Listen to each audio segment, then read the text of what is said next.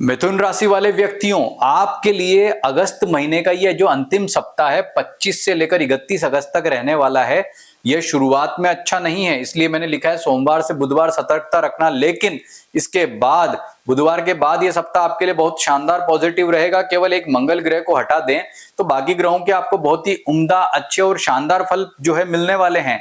आपको बता दूं कि साप्ताहिक राशिफल में न केवल आपको ग्रहों का राशिफल बताएंगे वरना आपके नक्षत्र फल, इसके अतिरिक्त आपको राशिफल क्यों देखना चाहिए, उसके रीजंस, और उस जो आपका राशिफल है इसको व्यक्तिगत राशिफल कैसे देखें, भिन्नाष्टक वर्ग में इन ग्रहों का विचार कैसे करें, ये सारी तमाम जो है बातें यहाँ पर आपको बताने वाले हैं। तो अभी तक आपने हमारे चैनल को सब्सक्राइब नहीं किया तो वो कर लीजिए।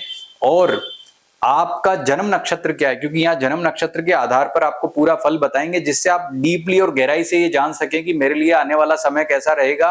तो अपना जन्म नक्षत्र पता करना है तो date of birth, time, place लिख के नीचे लिख दो मेरा जन्म नक्षत्र बताएं और व्हाट्सएप कर दो या मैसेज कर दो, हम आपको देख करके बताएंगे। तो शुरुआत करते हैं, सबसे पहले आपके स्वास्थ्य से शुरुआत करते हैं।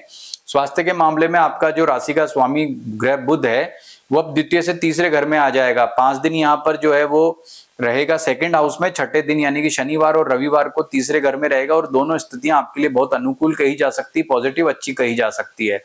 लेकिन कन्या राशि में मंगल चंद्रमा की युति चौथे घर में बिल्कुल अच्छी नहीं रहेगी। ये जो है 3 दिन रहेगी, 25, 26 और 27 अगस्त को।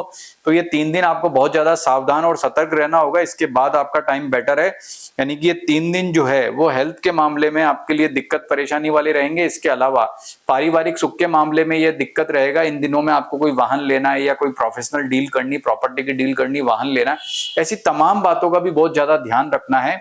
और आपका जो पारिवारिक सुख है, माता पिता से संबंधित सुख है या कोई उनसे कोई मनमुटाव वाली स्थिति है, उन चीजों को लेकर के भी बहुत सतर्कता रखनी होगी, क्योंकि यह इस मामले में भी आपके लिए बिल्कुल अच्छा नहीं रहेगा, यानी कि दिक्कत और परेशानी रहेगी। इसके अलावा ये जो स्थिति है ये नौकरी पैसा वाले व्यक्तियों के लिए भी इतनी ज्यादा अच्छी नहीं है, क्योंकि नौकरी पैसा वालों को भी इन 3 दिनों में बहुत सतर्क रहना। उसके बाद में समय अच्छा हो जाएगा और आपका कंसंट्रेशन अपने कार्यों के प्रति रहेगा। लेकिन नौकरी पैसा वालों को फिर भी मैं कहूंगा कि इस सप्ताह सावधानी रखने की ज्यादा जरूरत रहेगी, क्योंकि दिक्कत परेशानी जो है यहाँ थोड़ी ज्यादा दिखाई देती है। व्यापारियों की बात करें तो व्यापारियों के लिए सप्ताह अच्छा कहा जा सकता है। व्यापारिक लाभ आपका अच्छा दिखाई दे रहा है। व्यापार से संबंधित कोई महत्वपूर्ण डील करनी है तो बुधवार के बाद करें, गुरु शुक्र शनि रवि करें। बहुत अच्छा दिन आपके ये रहेंगे, इनमें विशेष लाभ के योग भी बनेंगे, यानी कि वो बहुत शानदार टाइम रहेगा। विद्यार्थियों के लिए सप्ताह पूरा ही अच्छा कहा जा सकता है। शुरुआत में मंगल चंद्रमा एक साथ रहेंगे चौथे भाव में, तो कंसंट्रेशन उतना बेटर नहीं रहेगा। बस इन दिनों में थोड़ी दिक्कत है, बाद में आपका टाइम बहुत ही बेहतर हो जाएगा, यानी कि आपके लिए बाद में जाकर के समय ज्यादा अच्छा रहेगा। अब ये जो भी फल आपको बताए हैं इसमें रेमेडी की बात कर लूं तो मंगल और चंद्रमा के लिए उपाय जरूर करने हैं, जिनके आगे चर्चा करते हैं। अब बात करते हैं आपकी यही फलों को नक्षत्र के आधार पर समझते हैं। तो जिन जिन का मृगशिरा नक्षत्र है, आप देखेंगे कि चित्रा आपका है कर्म नक्षत्र, श्रवण आपका भाग्य नक्षत्र है। तो मृगशिरा, चित्रा और श्रवण में हम देखते हैं कि कोई ग्रह का ट्रांजिट है क्या, क्योंकि इनमें शुभ ग्रहों का ट्रांजिट अच्छा होता है, पाप ग्रहों का ट्रांजिट अशुभ होता है। तो आप देखेंगे कि मृगशिरा नक्षत्र में किसी भी ग्रह का ट्रांजिट नहीं है, चित्रा नक्षत्र में किसी ग्रह का ट्रांजिट नहीं है और श्रवण नक्षत्र में किसी ग्रह का ट्रांजिट नहीं है। तो ऐसी स्थिति में जो फल आपको बताया यह अक्षर से आप पे लागू होता है। इसके बाद बात करते हैं आद्रा, स्वाति और धनिष्ठा की। तो यहाँ पर हम देखते हैं कि आद्रा आपका जन्म नक्षत्र, स्वाति आपका कर्म नक्षत्र और धनिष्ठा आपका जो है वो आधार नक्षत्र है, यानी भाग्य नक्षत्र है। तो आद्रा में किसी ग्रह का यहाँ पर कोई देखते हैं क्या, तो यह राशि चेंज कर लिए सब ग्रहों ने। जो आद्रा में पहले गुरु शुक्र थे राशि परिवर्तित कर चुके हैं।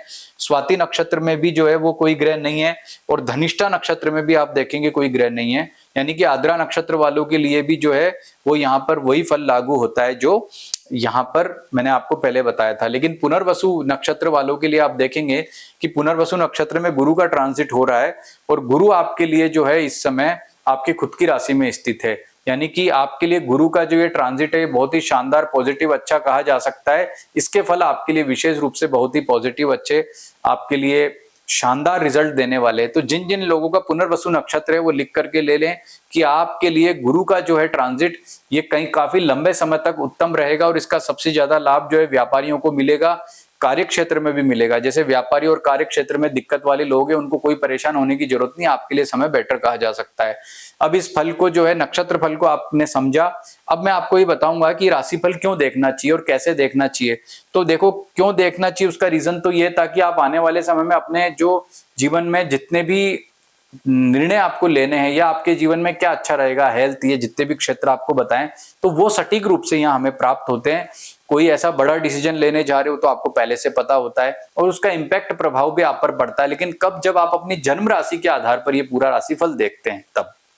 दूसरा, कैसे देखना चाहिए, तो इसमें चंद्रमा सबसे प्रधान होता है साप्ताहिक में। आप देखेंगे कि चंद्रमा शुरुआत में 3 दिन चौथे घर में रहता है, चौथे, 8वें, 12वें घर में चंद्रमा अच्छा नहीं मानते, तो चंद्रमा आपके लिए यहाँ बिल्कुल भी पॉजिटिव नहीं है, यानी कि अच्छा नहीं माना जा सकता है। इसी तरह से बात करते हैं आपकी लग्न राशि और अष्टक वर्ग पर, इसको आप पर्सनल कैसे बना सकते हैं। तो आप देखेंगे कि जैसे फॉर एग्जांपल मंगल आपके लिए अभी नेगेटिव ग्रह चल रहा है, तो मंगल आपके लिए कितना नेगेटिव है, कैसे नेगेटिव है, इसको 2 बातों से आप समझिए कि आपका लग्न, यदि आपकी मिथुन राशि है ये तय है, लेकिन आपका लग्न यदि मंगल, सूर्य, चंद्रमा, गुरु से संबंधित है, यानी इनकी राशियों का है, तो ये मंगल आपको इतना दिक्कत परेशानी नहीं देगा। क्यों नहीं देगा? क्योंकि मंगल तब आपका कारक ग्रह हो जाएगा और कारक ग्रह नेगेटिव होकर भी इतना परेशान नहीं करता। लेकिन आपकी लग्न राशि, यानी कि आपकी जन्म पत्रिका में जो लग्न कुंडली बनती है, उसमें यदि वृषभ राशि होगी, मिथुन होगी, कन्या, तुला, मकर या कुंभ होगी, तो ऐसी स्थिति में मंगल आपको ज्यादा दिक्कत देगा। तो एक तो अपना लग्न कुंडली को आपको पता होना चाहिए कि ये मंगल ग्रह जो है आपके लिए किन स्थितियों में ज्यादा नेगेटिव है। दूसरा, आपके लिए अष्टक वर्ग में, अब आपके अष्टक वर्ग को ओपन करके देखें, उसमें मंगल का जो अष्टक वर्ग है, उसमें यदि कन्या राशि में मंगल बहुत रेखाओं पे बैठा होगा, 7 रेखा पे बैठा है, तो ज्यादा दिक्कत देगा क्योंकि पावरफुल हो गया। लेकिन अगर वो 2 रेखा पे, 1 रेखा पे बैठा है, चेक कर लेना आप ये बात, तो आपको मंगल कोई दिक्कत नहीं देगा।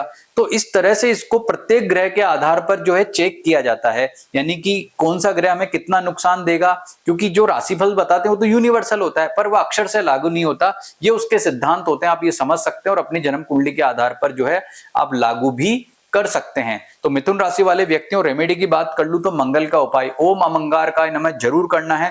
मंगल का जो दान होता है, लाल वस्त्र, मसूर की दाल, गुड़, गेहूं इत्यादि का दान करने से आपको काफी राहत मिलेगी। मंगल का उपाय कर लें। इसके अलावा भगवान शिव की आराधना करना इस सप्ताह आपके लिए बहुत अच्छा रहेगा। और भगवान गणेश की चतुर्थी, यानी गणेश जी का जन्मोत्सव आ रहा है 27 तारीख को, उसकी आपको बहुत बहुत शुभकामनाएं देता हूं। और आपको एक बात और बता दूं कि आपको हमारे यहाँ से कोई जानकारी चाहिए, आप अपनी जन्म नक्षत्र पता करना चाहते हैं, जन्म राशि पता करना चाहते हैं, बेशक आप मैसेज करिए, आपको जवाब मिलेगा।